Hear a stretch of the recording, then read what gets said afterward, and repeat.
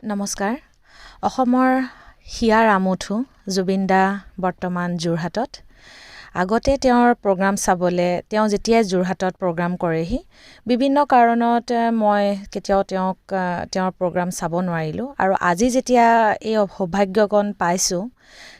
তেতিয়া আকৌ এই অৱস্থাতহে আচলতে চাবলৈ পাইছোঁ গতিকে মনটো বহুত বেয়া লাগিছে আজি যেতিয়া এনেকৈ ৰাইজ দেখিছোঁ ইমান মানুহ তেওঁক এনেকৈ চাবলৈ আহিছে দেখিলে বহুত বেয়া লাগে বুকুখন বিষাই যায়